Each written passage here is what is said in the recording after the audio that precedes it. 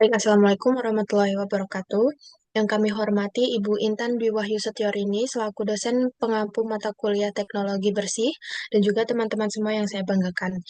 Jadi kami dari kelompok satu akan mempresentasikan hasil diskusi kami yang berjudul penerapan Life Cycle Assessment atau LCA untuk evaluasi teknologi bersih pada industri batik encim sebagai upaya mendukung SDGs 2045 studi kasus batik encim pada Kampung Batik Kauman Pekalongan.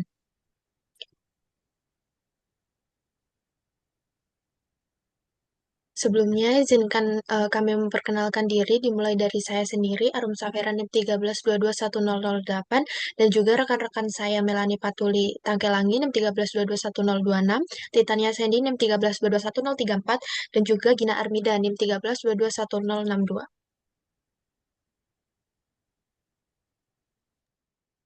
Kayak masuk ke latar belakang, jadi industri batik encim di Kampung Batik Kauman ini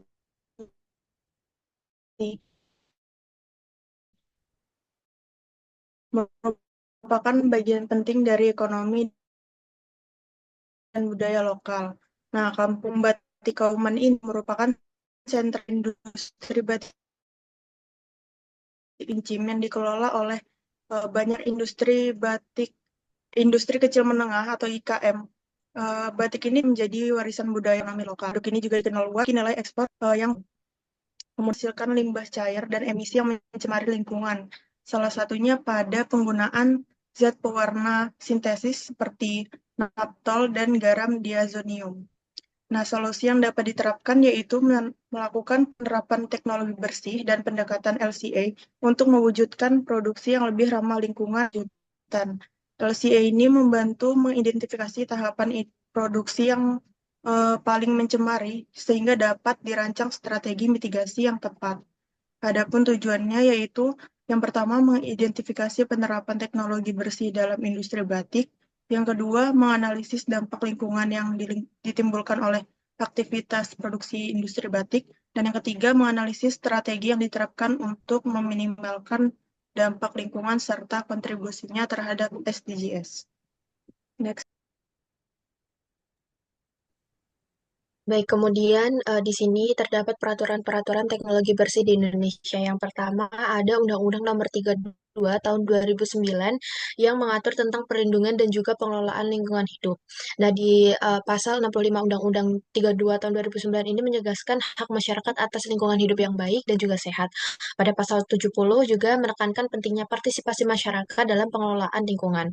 Kemudian pada pasal 90 mengatur sanksi pidana dan juga perdata bagi pelaku pencemaran serta memberikan kewenangan kepada pemerintah dan juga pemerintah daerah untuk menuntut ganti rugi atas kerusakan lingkungan. Kemudian yang kedua ada Undang-Undang Nomor 18 Tahun 2008 tentang pengelolaan sampah yang mengatur pengurangan, pemanfaatan kembali dan juga daur ulang sampah. Pada undang-undang ini juga diatur tentang daur ulang materi dan juga energi dari sampah seperti pengomposan dan juga pendaur ulangan bahan. Kemudian yang ketiga ada Peraturan Pemerintah Nomor 79 Tahun 2014 tentang Kebijakan Energi Nasional, yang dimana pada peraturan ini mengatur terkait arah pengolahan energi nasional untuk mencapai kemandirian dan juga ketahanan energi, dengan fokus pada pemanfaatan energi terbarukan dan juga teknologi bersih.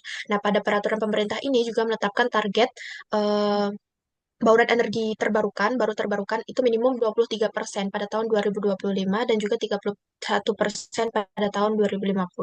Kemudian ada Peraturan Menteri Lingkungan Hidup Nomor 31 Tahun 2009 yang dimana ini mengatur tata laksana produksi bersih yang mendorong industri. Di mana pada peraturan ini mengatur tentang pembinaan dan juga pengawasan penerapan sistem manajemen lingkungan, eco-label, produksi bersih, dan juga teknologi yang berwawasan lingkungan di daerah yang mendorong industri untuk menerapkan praktik produksi yang lebih ramah lingkungan.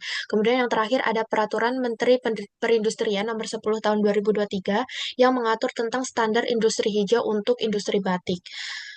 Yang peraturan ini mengatur tentang ketentuan umum, sistem industri hijau, dan juga sertifikasi industri hijau, sehingga seluruh regulasi ini saling mendukung terciptanya industri batik yang berkelanjutan dan juga ramah lingkungan. Kemudian untuk teknologi bersih sendiri itu secara umum merupakan serangkaian proses, produk, atau layanan yang menggunakan sumber daya secara efisien dan juga ramah lingkungan untuk meminimalkan limbah. polusi, serta dampak negatif terhadap lingkungan, sekaligus meningkatkan efisiensi energi dan mendukung ekonomi sirkular. Nah, secara umum dalam konteks Sustainable Development Goals atau SDGs, teknologi bersih ini tuh berperan penting dalam mendukung tujuan pembangunan berkelanjutan, khususnya pada poin 6 yaitu air bersih dan sanitasi layak, pada poin 7 energi bersih dan terjangkau, pada poin 9 industri, inovasi dan juga infrastruktur, serta pada poin 12 yaitu konsumsi dan produksi yang bertanggung jawab. Next. Kemudian ini merupakan gambaran umum industri, yaitu batik encim, di mana batik encim ini tuh berkembang di wilayah pesisir utara Pulau Jawa, yaitu Pekalongan, Cirebon, Semarang, dan juga Jakarta. Nah, yang batik encim ini dipengaruhi budaya Tionghoa Jawa sejak abad ke-15. Kemudian sentra produksi batik encim ini berada di kota Pekalongan dan juga sekitarnya. Produksi batik encim dilakukan baik oleh perajin skala rumah tangga maupun industri kecil menengah dengan kapasitas produksi yang bervariasi, mulai dari puluhan hingga ribuan lembar kain batik per bulan. Nah, tahapan proses produksi mencakup persiapan kain mori, pembuatan motif dengan malam, pewarnaan, pelorotan, pencucian, pengeringan, dan juga finishing. Di mana proses pewarnaan dan juga pelorotan ini tuh diketahui sebagai tahapan yang paling banyak menghasilkan limbah cair. Nah, dalam menghadapi tantangan lingkungan, sejumlah pelaku industri batik encim ini mulai menerapkan prinsip teknologi bersih seperti penggunaan pewarna alami, efisiensi air, dan juga pengelolaan limbah.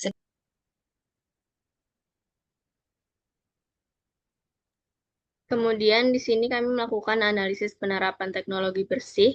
Yang pertama, jenis industri. Industri ini merupakan industri kecil menengah IKM batik cap, khususnya batik encim, yang berlokasi di Kampung Batik Kauman, Pekalongan. Ciri produksi ini masih manual dan penggunaan bahan kimia sintetis berupa naftol dan garam diazonium, serta penggunaan kayu bakar sebagai sumber energi utama. Kemudian risiko lingkungan yang ditimbulkan berupa limbah cair, emisi udara, penggunaan air tinggi, dan limbah padat yang tidak terkelola.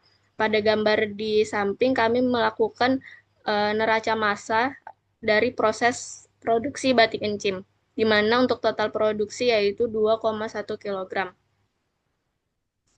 Lalu diketahui sebelum penerapan teknologi bersih, proses produksi batik encim itu sendiri masih dilakukan secara konvensional tanpa pertimbangan efisiensi lingkungan. Penggunaan bahan kimia yang berbahaya seperti naftol, diazonium, TRO, dan juga soda kaustik.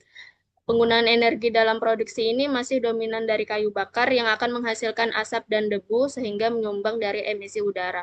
Untuk limbah cair yang dihasilkan dari tiap proses itu kurang lebih 298,2 liter per 10 lembar batik yang tidak diolah. Untuk limbah padat yang dihasilkan berupa sisa kain dan malam yang belum dimanfaatkan, sehingga kesimpulannya rendahnya kesadaran lingkungan dan belum ada evaluasi dampak ekoefisiensi atau eco-cost. Baik, selanjutnya masuk pada analisis dampak lingkungan yang di mana metode yang dilakukan adalah menggunakan LCA dengan indikator 99 di SIMAPRO yang di mana terdapat 5 kategori dampak utama. Yang pertama radiasi sebesar 77,7 kilopoin yang dihasilkan dari kapore dan sumber energi. Yang kedua ada respirasi organik sebesar 0,00278 kilopoin berasal dari paparan kaporit dan soda kaustik. Kemudian yang ketiga penggunaan lahan atau land use sebesar 0,0196 kilopoin dari bahan baku seperti kapas dan minyak sawit. Kemudian yang keempat ada karsiogenik sebesar 0,0163 kilopoin dari pewarna sintetis dan pembakaran. Yang kelima dari perubahan iklim sebesar 0,0133 kilopoin dari emisi CO2 dari kayu bakar. Dan ini merupakan hasil nilai single score yang dilakukan dari hasil analisis LCA batik encim. Next. Selanjutnya, masuk pada strategi untuk meminimalisir dampak lingkungan. Yang pertama, strategi mitigasi pada dampak radiasi, seperti melakukan uji berkala pada bahan kimia dan sumber air, ganti kaporet dengan ozon atau hidrogen peroksida. Kemudian ada olah limbah cair sebelum dibuang untuk mencegah penyebaran zat berbahaya. Yang kedua yaitu strategi mitigasi pada dampak respiratori inorganik. Yang pertama itu mengurangi penggunaan bahan kimia anorganik yang mudah menguap, kemudian menggunakan LPG atau kompor biomasa sebagai pengganti kayu bakar.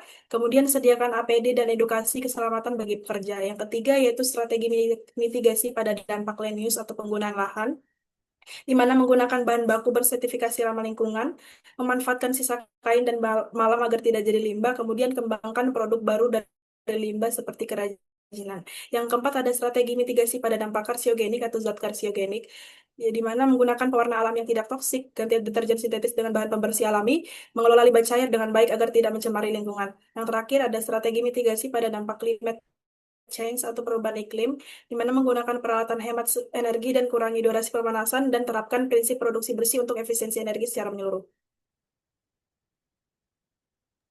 Selanjutnya, pada penerapan teknologi bersih di produksi batik encim sendiri dapat berkontribusi terhadap target SDGs tahun 2045. Yang pertama, SDGs nomor 3, yaitu kehidupan sehat dan sejahtera, mengurangi paparan bahan kimia berbahaya dan emisi asap dapat membantu menjaga kesehatan pekerja dan masyarakat sekitar. Yang kedua, pada SDGs nomor 6, yaitu air bersih dan sanitasi layak, pengolahan air limbah produksi dapat mencegah pencemaran dan meningkatkan kualitas sanitasi lingkungan. Kemudian SDGs nomor 7, energi bersih dan terjangkau, yaitu penggunaan energi alternatif seperti LPG, listrik, atau biomasa dapat mengurangi emisi dan mendukung energi ramah lingkungan. Yang kedelapan, SDGs kedelapan, pekerjaan layak dan pertumbuhan ekonomi, di mana pemanfaatan limbah menjadi produk baru dapat membuka peluang usaha dan menciptakan lapangan kerja. Kemudian pada SDGs nomor 9, yaitu industri, inovasi, dan infrastruktur, teknologi bersih di IKM Batik Encim, Kampung Kauman dapat mencerminkan inovasi industri ramah lingkungan dan berkelanjutan. Selanjutnya untuk SDGs nomor 12, konsumsi dan produksi yang bertanggung jawab, efisiensi bahan dan pengelolaan limbah mendukung pola produksi yang hemat sumber daya. Kemudian SDGs nomor 13, penanganan perubahan iklim, pengurangan emisi dari proses produksi batik dapat membantu aksi mitigasi perubahan iklim lokal. Selanjutnya yang terakhir SDGs nomor 15, menjaga ekosistem darat, mengurangi eksploitasi kayu bakar turut menjaga hutan dan keanekaragaman hayati.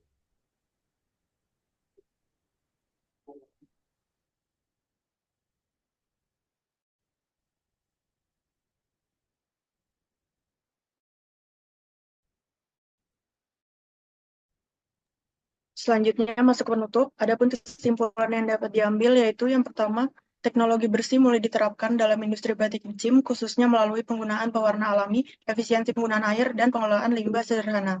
Kemudian yang kedua, hasil analisis LCA menunjukkan bahwa proses produksi batik encim menimbulkan beberapa dampak lingkungan, antara lain radiasi, gangguan pernapasan, penggunaan lahan yang tinggi, paparan zat karsinogenik, dan emisi gas rumah kaca. Dan yang ketiga, strategi yang diterapkan terbukti mendukung pencapaian SDGs, meningkatkan efisiensi, dan mengurangi pencemaran. Adapun sarannya yaitu yang pertama, melakukan pelatihan rutin bagi pelaku IKM mengenai manajemen lingkungan dan teknologi ramah lingkungan. Dan yang kedua, pemerintah itu perlu memberi insentif seperti subsidi alat limbah dan akses bahan baku ramah lingkungan.